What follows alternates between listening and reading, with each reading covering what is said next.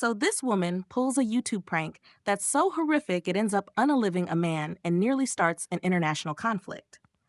Now, her name is CTI. She's 25, she's from Indonesia, but she's working in Malaysia as an escort, and she does that so she can send that money back to her parents in Indonesia.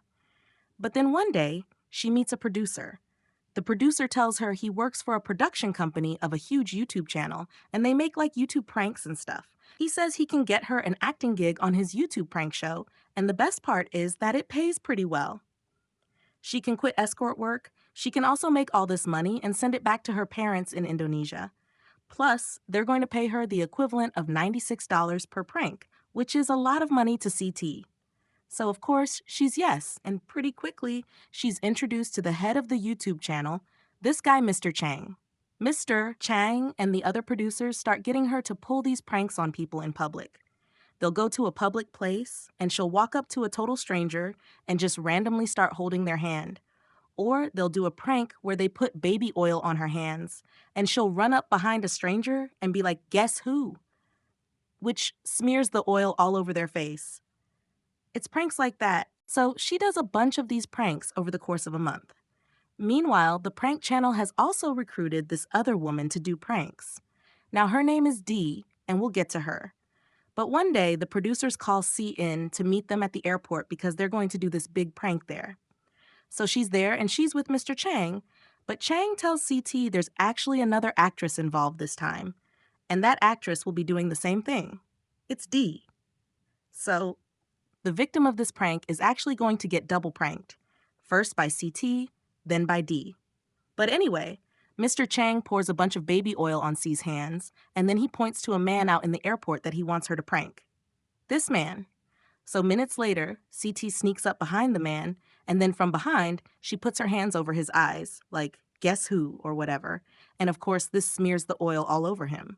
Then about 3 seconds later, D approaches the man, and she smears her hand on his face as well. Then CT and D giggle or whatever, and they run away to the nearby bathroom to wash the oil off their hands. Meanwhile, the poor man, confused and a little freaked out, goes over to the airport security guards and tells them that some random women just smeared something on his face and that now he doesn't feel well. So security escorts the man to the airport medical center, and his condition quickly gets worse. It becomes very apparent that something is seriously wrong. So they rush him to the hospital, and on the way, he suddenly just dies. So who was this man? Well, let's call him N. Now, N is an interesting guy because growing up, his dad was a dictator, the supreme leader of a little country you might have heard of called North Korea. Now, N, being the oldest son, was always first in line to be the next supreme leader. But as he grew up and became an adult, N grew to be a little more progressive, a little more open-minded to reforming things for the better, something his conservative dictator dad really didn't like. But one day, N is traveling abroad, and he's in Japan in the airport, and suddenly, boom, he gets arrested. Why? Because he's traveling with a fake passport, trying to conceal his identity. It turns out N was in Japan because he's low-key trying to take his son to visit Tokyo Disney, which, in his country, is a huge no-no. Once the news of this arrest gets back to the dictator is pissed. I mean, the heir to the throne can't be seen going to Disneyland in Tokyo. Disneyland represents capitalism, and worst of all, it represents America, which is everything North Korea stands against.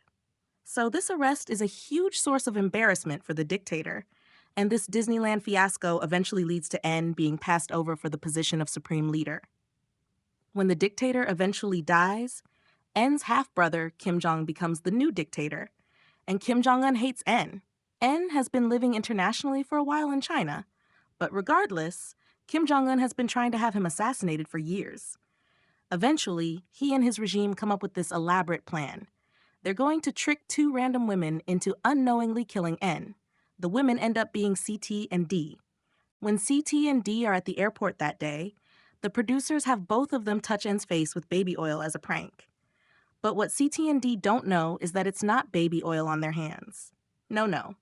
On CT's hands, they put what we'll just call chemical A, and on D's hands, they put what we'll call chemical B.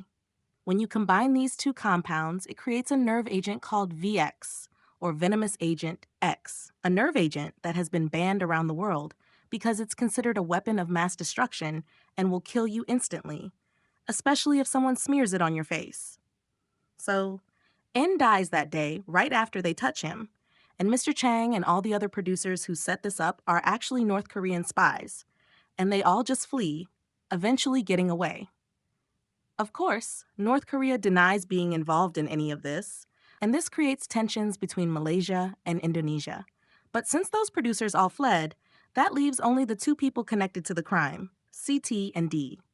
So CT and D are in the airport bathroom, washing their hands. They walk out, look around, and all the producers are nowhere to be found. So CT and D are just like, all right, and separately, the two women each go home. They have no idea that anyone died. About a day later, they each get arrested.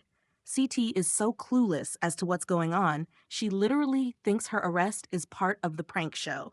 Like, haha, yeah, right, guys? Sure, I'm being arrested. Okay. But Malaysian police arrest them and charge them with murdering N. 8 months later, their trial starts. And if CT and D get convicted of murder, by law, they'll get the death penalty by hanging. So the stakes in this are really high.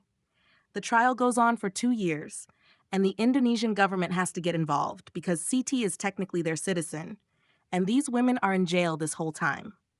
Then one day, suddenly, like out of nowhere, the charges against CT are just dropped, and cool, CT goes free. Apparently, the Indonesian government was eventually able to intervene and negotiate her release, while D does not get out, but she pleads guilty to a lesser charge, and eventually they do let her go. If you want to see what D looks like in real life, you can find it online. Please subscribe.